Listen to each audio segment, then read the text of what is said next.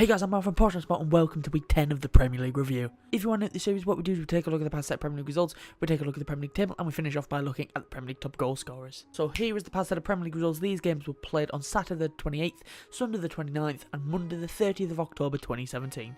Also next to the games are the times in this video, so if you want to hear about a specific game, just go to the time next to the match and you skip out all the other crap. But without further ado, let's get into our first match. We start with West Brom versus Manchester City. Manchester City took the lead in the 10th minute when Leroy Sané bagged his 8th goal of the season. It came when Fernandinho pretended to be Kevin De Bruyne for a second as he picked out Leroy Sané with a great ball forward. The German then got the ball onto his left foot before smacking it past Ben Foster. But surprisingly, West Brom got a goal back in the 13th minute through Jay Rodriguez. It was just a long ball forward from former Man City man Gareth Barry, and Jay Rodriguez latches onto it, holding off the challenge from John Stones. At this point, Edison was off of his line, but it was no worry as the striker lifted the ball over the keeper and into the back of the net. But Manchester City retook the lead 2 minutes later through Fernandinho. The roles were reversed in this one as it was Leroy Sané who gave the ball Fernandinho, and the Brazilian hits it low, and it does take a couple of deflections before finding its way into the net. And Manchester City got a firmer grip on this game when they went 3-1 up in the 65th minute. It was a great team goal as Leroy Sané had the ball on the left. He then pulled it back for Kevin De Bruyne. He then led off to David Silva. Silva then spread the ball to the right hand side to Kyle Walker, and the fullback then put a low cross into the box, and on the end of it was Raheem Sterling who tapped in. But it would be an interesting finish to this match as West Brom made it 3-2 in the 91st minute. It was an awful goal to concede from Manchester City's point of view. A ball floated into the area from West Brom. There was no pressure, and Nicolas Otamendi should have either headed it back to the keeper or headed it away, but instead he decided to chest it back to Edison, and in came Matt Phillips who stole the ball and tucked home. And that's how the game ended, a win for Manchester City, but they made it kind of hard for themselves. The first goal should have been dealt with, and the second one should never have happened. City had plenty of chances and they should have won, but West Brom did what no Premier League side since Bournemouth has done, as they were at one point drawing with Manchester City. Still, no Premier League team has kept City out for 90 minutes. It did happen midweek when Championship side Wolves kept it 0-0 in the League Cup, but ultimately lost on penalties. So Manchester City have now won 13 games in a row, 8 of these being in the Premier League. They've also recorded the best ever start to a Premier League season, with them picking up 28 points from a possible 30. And we move on to Liverpool versus Huddersfield. It was a pretty boring first half, but Liverpool would get the perfect chance to take the lead in the 40th minute when they were given a penalty. It was a needless penalty to give away as a free kick was set into the box, and it was going nowhere, but a Huddersfield defender was tugging on the shirt of Roberto Firmino, and the ref pointing to the spot. Mo Salah stepped up to take it, but his penalty isn't the best, and Jonas Lössl saved it. Rebound from Jordan Henderson hits the post, it goes out, and the game continued 0-0. But Liverpool eventually took the lead in the 50th minute when Daniel Sturridge got his 100th goal in club football. A ball over the top is headed back by Adam Smith, but it was straight into the path of Danny Sturridge, who lifted the ball over the keeper and into the back of the net. And Liverpool got their second 5 minutes later when Roberto Firmino headed home. Guys, don't be scared, Liverpool scored from a corner. Obviously, watching other teams score them against us, our players must have learned how to do it. It was weirdly too easy for Liverpool though.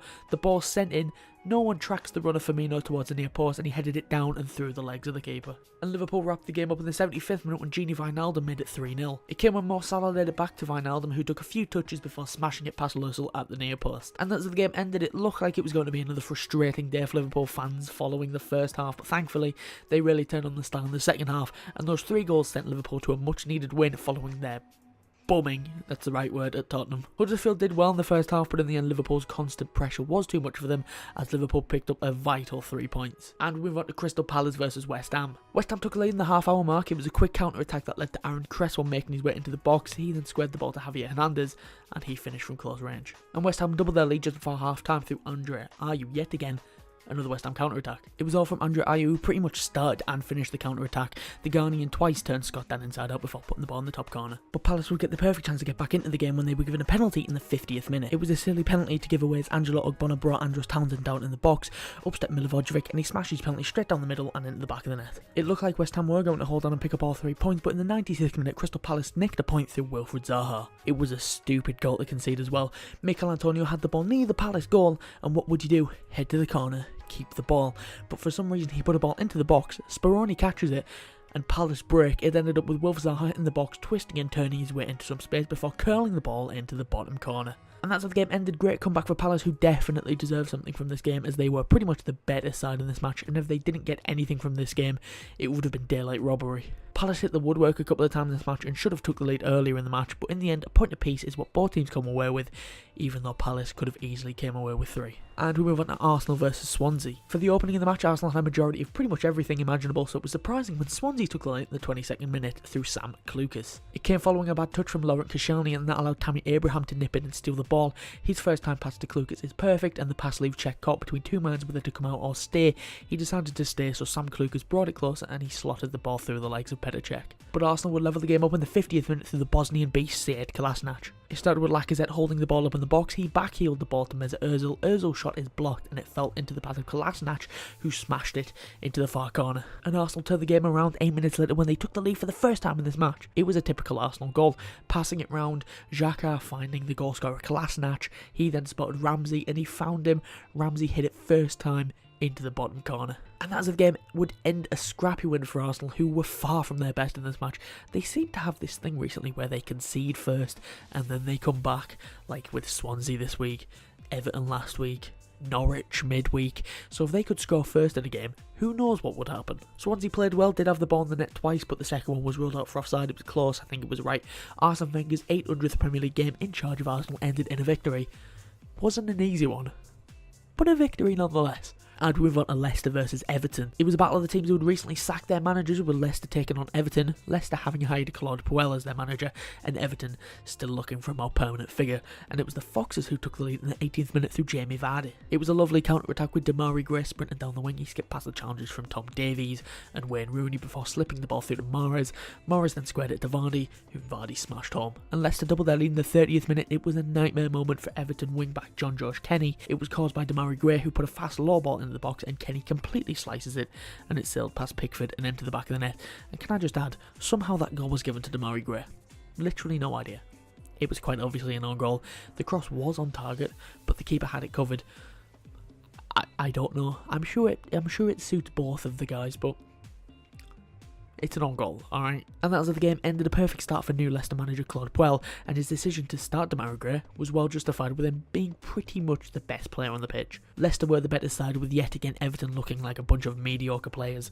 Leicester shut them out well, with Everton mainly being restricted to long-range shots that never struggled the Leicester goal. Everton are in a bit of a rut recently, them being without a win in all competitions in 7 games, and Leicester quite the opposite, with them being on a nice 3-game win streak. And we went to Brighton versus Southampton. Brighton couldn't get a touch of the ball in the opening 5 minutes, so it was no surprise when they went behind when Stephen Davies put the visitors ahead. It came from a free kick that James Ward-Prowse shoots from, but it bounces off of the post, and luckily it falls into the path of Davies, and he pounces onto it and instantly puts it into the net. But Brighton levelled the game 5 minutes into the second half. It started with Pascal Gross, as he was given plenty of time on the right hand side. He put a great ball in, and on the end of it was Glenn Murray, who headed into the net despite the keeper getting a hand to it. And that's how the game would end. A very boring first half, but the second half was a little bit more entertaining. Both teams had a fair amount of chances. Both teams combined only had 3 shots on target though, so that goes to show the shooting quality on show in this match. Both teams come away with a point, which I'd say is probably fair. And we move on to Bournemouth versus Chelsea. It was a pretty dull first half, with Chelsea having plenty of chances, them not being able to finish, and Bournemouth just defending and holding on for dear life. But eventually Chelsea took the lead in the 51st minute when Eden Hazard got his first league goal of the season. It was pretty poor defending from Bournemouth as Morata picked out past Hazard. Bournemouth defender Simon Francis completely miskicks his clearance, and that gave the Belgian a clear view on goal. Begovic leaves a bit too much space at his near post. Hazard finds it, fires on. And that's how the game ended. A quite dull game, with Bournemouth only having like 1 clear-cut chance in the entire game. Chelsea having plenty of chances that it could have, probably should have won by a few goals, but in the end a 1-0 result is probably a bit of a let-off for Bournemouth, who could have lost this game by about 4. And we move on to Manchester United versus Tottenham. This one, like most Manchester United games, was boring. Mourinho plays such a boring style of football, it's just awful to watch. If all football was played the Mourinho way, I wouldn't watch. So it's great that we have teams like Manchester City who just score for fun. But the only thing to happen in this game came in the 81st minute when Manchester United won the game. It was Route 1 stuff as David De Gea pinged the ball forward, and it's won by Romelu Lukaku under no pressure from any Tottenham defender. Eric Dyer switches off for 1 second and then allowed Anthony Martial to nip it behind him, and the Frenchman calmly finished. And that's how the game ended. Like I said, a very dull affair, both teams being quite dreadful in the first half, but Tottenham were especially bad, and one momentary lapse of concentration, it cost them a point. And we move on to Watford versus Stoke. This was a pretty boring one, with the only thing we're talking about happening in the 16th minute when Stoke got the goal that would ultimately win them the match. It came from a corner as Xherdan Shaqiri took it.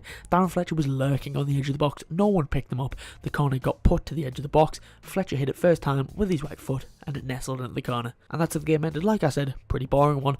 Watford, loads of possession, but they didn't register a single shot until the second half. Richarlison had a great chance, but he missed a golden opportunity, which of course he would because I put him in my fantasy team this week, you bastard. Watford were on top, but their lack of clinical finishing has cost them as Stoke came away with a win. And finally we've got Burnley versus Newcastle. The first half of this one was extremely dull, with neither team setting the world on fire and both teams only having one shot on target each in the opening 45. And the second half was much better, but we would eventually get something worth talking about in the 78th minute when Burnley took the lead. It came when Johan Berg Gudmundsson played the ball through to Jack Cork. Cork's shot was saved by the keeper, but it fell back to Gudmundsson, who crossed the ball to the back post where Jeff Hendrick was waiting and he smashed into the net. And that's how the game ended. A very boring game on last night. Both teams were very sloppy, hardly being able to string 4 passes together, but in the end Burnley did come away with a very scrappy win. Right, so that's all the games I've got for you this week. Before we go, let's take a look at the Premier League table and top goal scorers, starting off with the Premier League table. Starting with the top 5, and as you can see, Manchester City are still on top after narrowly beating West Brom. Manchester United is second after they beat Tottenham. Speaking of Tottenham, they are still third despite the loss. Chelsea are fourth following their win at Bournemouth, and Arsenal make up the top 5 after their win against Swansea. Moving on to the bottom 5, and Crystal Palace are at the bottom, picking up a point against West Ham. Bournemouth are 19th following their loss against Chelsea. Everton make up the relegation zone after another loss this week against Leicester. Swansea is 17th after they were beaten by Arsenal, and West Ham make up the bottom 5 after throwing a win away against Palace. Moving on to the top goal scorers, and as you can see, pretty much all of these players didn't score this week apart from the last 2, so I'll run through these quicker than normal. Harry Kane is on top, 8 goals, 1 assist. Sergio Aguero is second, 7 goals, 3 assists. Romelu Lukaku is also on 7 goals and 3 assists. Raheem Sterling scored against West Brom, he's on 7 goals and 2 assists, and his Manchester City teammate was also on the score sheet as Leroy Sané makes up the top 5 on 6 goals and 5 assists. Right, so that's all I've got for you this week. If you did enjoy it, be sure to leave a like and subscribe, and I'll be back next Tuesday for the next episode of the Premier League Review. I'm sorry if this one seems a little rushed or a little bit quieter, it's just I really have a bad throat, so I can't really talk too loud because it hurts. So I've got the mic very close to me, I'm not a lot closer than normal. I've got it turned all the way up, so hopefully I'm loud enough. I seem loud enough on the Audacity file there. I hope I am. I do apologise. I'll try not to be sick again. If you want to follow us on Twitter to stay up to date when we upload a video or go live, you can. The link is in the description, or it's at @portionsport_. If you want to follow me on Twitter or subscribe to my personal YouTube channel, you can. The links to both of those are in the description as well, or my channel should be popping onto your screen round about now. But anyway, thanks for watching. Be sure to leave a like and subscribe if you're new. I'm going to go get a cup of tea. I've been Mark from A Portion of Sport, and I'll see you soon.